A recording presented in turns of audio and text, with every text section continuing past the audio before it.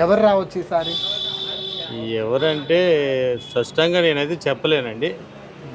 మొత్తానికైతే పనిచేసే వాళ్ళు వస్తారు, పని చేయాలి.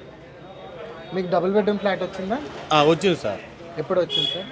మాకు 2022లో కేసీఆర్ టైంలో ఇచ్చింది సార్. రేవంత్ రెడ్డి వచ్చిన తర్వాత మీకు ఎలాంటి బెనిఫిట్స్ వచ్చాయి? మాకు రేవంత్ రెడ్డి గారు వచ్చిన తర్వాత ప్రస్తుతం అయితే ఏ బెనిఫిట్ రాలేదండి.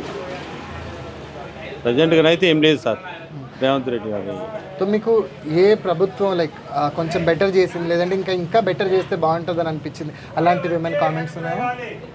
చేయాలండి, జూబ్లీ హిల్స్లో ఇంకా డెవలప్ చేయాలి. జూబ్లీ హిల్స్ అక్కడక్కడ గుంతలు, రోడ్లు, ఆ ఇరుకు రోడ్లలో ఇబ్బంది పడుకుంటూ వెహికల్స్ తిరగటం అట్లాంటివి కొంత చేయాలి. ఈ మామూలుగా పేదరికంలో ఉన్నోళ్ళు పేదరికంలోనే ఉంటారు. వాళ్ళను కూడా కొద్దిగా డబుల్ బెడ్రూమ్ ఎంతోమందికి పెట్టుకున్నారు, కానీ అందరికీ రాలేదు.